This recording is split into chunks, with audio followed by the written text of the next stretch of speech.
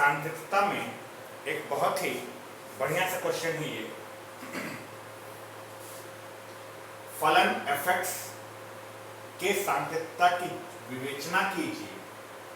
विवेचना कीजिए मतलब जांच करना है, जहां एफएक्स इज इक्वल टू, अब एफएक्स का जो है वो अलग अलग मान दिया हुआ है और यहाँ पर कुछ अलग अलग कंडीशंस दिए गए हैं, कुछ अलग अलग एफएक्स के मान दिए हुए हैं और उन मानों के सापेक्ष उनके कुछ कंडीशंस दिए गए हैं। क्वेश्चन में बहुत सारे बच्चों को लगता है कि यहाँ पर कुछ छूट रहा है, कुछ मिसप्रिंट्स आ गए, क्योंकि सांख्यिकता के प्रश्न में हम अक्सर इस बारे में चर्चा कर रहे थे कि हर एक प्रश्न में दो चीज़ों का होना आवश्यक है। पहला, एक दिया गया बिंदु होना चाहिए जिस बिंदु पर हम किसी भी फलन के सांख्यिकता की जांच कर सकें। एक फलन होना चाहिए और एक बिंदु होना चाहिए। फलन तो हमारे पास उपलब्ध है, लेकिन बिंदु कहीं नजर नहीं आ रहा है कि किस बिंदु पर हम फलन के सांख्यिकता की जांच करें। तो यहाँ पर एक छोटा सा चीज समझिए, हम किसी भी फलन के सांख्यिकता की जांच जो है वो एक बिंदु पर करते हैं। मान लीजिए ये आपका संख्या रेखा है और यहाँ पर एक बिंदु आपने लिया x is equal to a। अब अगर आप x is equal to a पर किसी फलन के सांख्यिकता की जांच कर रहे हो तो आपका फलन जो है fx, इस फलन के आपके पास 3 मान होने चाहिए। पहला मान उस दिए गए बिंदु पर होना चाहिए। जिस बिंदु पर आप फलन के सांख्यिकता की जांच कर रहे हो उस बिंदु पर फलन का एक मान दिया हुआ रहना चाहिए कि हाँ भाई इस बिंदु पर फलन जो है वो ये है।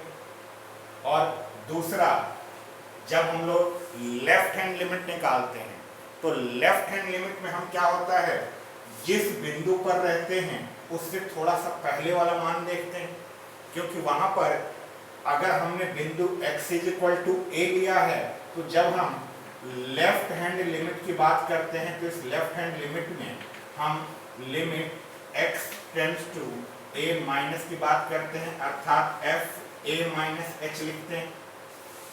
a माइनस h का मतलब कि a से थोड़ा सा कम। अगर a से थोड़ा सा कम तो सेकंड नंबर में आपका फलन जो है वो a से कम पर परिभाषित होना चाहिए, यानी फलन का कोई ना कोई ऐसा मान होना चाहिए जो इस बिंदु x is equal to a से कम पर भी उपलब्ध हो। और तीसरे में जब हम राइट हैंड लिमिट निकालते हैं तो राइट हैंड लिमिट निकालते समय हम क्या करते थे, limit x tends to a plus f a plus h लिखते थे। यानी यहाँ पर हमारा मान जो होता था वो a से थोड़ा सा आगे बढ़ता था। a से अगर हमारा मान थोड़ा आगे बढ़ता था तो वहां पर फंक्शन यानी फलन का कोई ऐसा मान होना चाहिए जो इस बिंदु से आगे पर के मान पर उपलब्ध हो।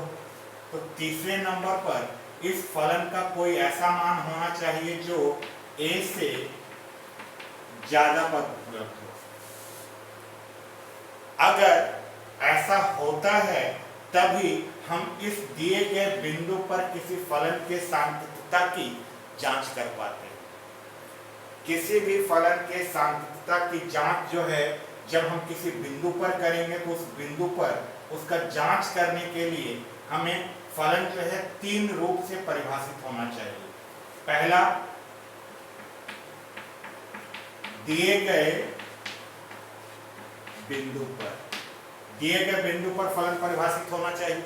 दूसरा, उस दिए गए बिंदु से कम पर वो फलन परिभाषित होना चाहिए। और तीसरे में जिस बिंदु पर हम बात कर रहे हैं उससे ज्यादा पर फलन का परिभाषा होना चाहिए। आइए इस क्वेश्चन को जरा ध्यान से देखिए। ये जो हमारा अलग अलग कंडीशन दिया हुआ है, इस अलग अलग कंडीशन में x के विभिन्न मानों पर जरा ध्यान से चर्चा करिए। देखिए x के कौन कौन से आपको यहाँ मान दिख रहे हैं। अगर आप एक संख्या रेखा पर इसे समझें तो x के हमें जो मान दिख रहे हैं उसमें एक मान हमारे लिए 0 है और एक मान हमारे लिए 1 है। अब हमारे पास यहाँ पर कितने बिंदु नजर आ रहे हैं? हमें यहाँ पर 2 बिंदु नजर आ रहे हैं। आइए हम पहले चेक करते हैं कि किस बिंदु पर हम इस फलन के सांतत्यता की जांच कर पाएंगे। अगर हम x = 0 ले रहे हैं तो x = 0 का मतलब होगा कि x = 0 पर फलन होना चाहिए, x = 0 से थोड़ा कम पर भी फलन होना चाहिए और x = 0 से थोड़े ज्यादा पर भी फलन का परिभाषा होना चाहिए। अगर हम x = 0 पर इसमें सांतत्यता की जांच करें तो x = 0 पर फलन होना चाहिए। देखिए x = 0, x = 0 पर fx का कोई मान है, मतलब इस दिए गए बिंदु पर फलन है। जरा इसके पहले के बारे में सोचें तो 0 से कम होगा। देखिए x का मान 0 से जब कम है तब भी फलन का एक मान दिया हुआ है, यानी इस बिंदु पर x = 0 पर फलन परिभाषित है, इससे कम वाले पर भी फलन परिभाषित है। अब हमें चेक करना है कि क्या x = 0 से ज्यादा पर भी फलन परिभाषित है। तो यहाँ देखिए x > 0, यानी x का मान 0 से जब बड़ा होता है तब फंक्शन का ये वैल्यू है, यानी हम ये कह सकते हैं कि 0 से बड़े पर भी फलन का कोई ना कोई परिभाषा है। तो हम इसमें x = 0 हमारा एक बिंदु बनेगा जिस बिंदु पर हम इस फलन के सांतत्यता की जांच करेंगे। ठीक यही प्रक्रिया हम इस बिंदु पर भी लागू करते हैं। सबसे पहले देखते हैं कि क्या x = 1 पर फलन परिभाषित है। तो यहां देखिए x = 1 दिख रहा है, ये x = 1 पर फलन का कोई ना कोई मान है, तो हम ये कहेंगे कि x = 1 पर फलन परिभाषित है। 1 से जरा पहले के बारे में सोचें तो जरा इसको देखिए, x < 1, इसी को x जो है < 1 भी पढ़ें, तो मतलब x का मान जब 1 से कम हो रहा है तब भी फलन का एक परिभाषा है, x का मान 1 से कम होने पर भी फलन परिभाषित हो रहा है।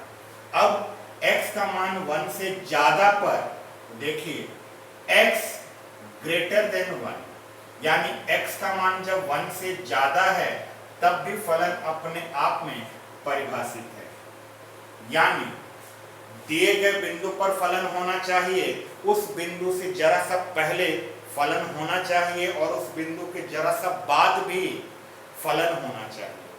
अगर इन तीनों जगहों पर फलन उपलब्ध है तभी उस दिए गए बिंदु पर हम उसके सांतत्यता की जांच करेंगे। तो इस प्रश्न में हमें अलग से बिंदु नहीं दिया हुआ है।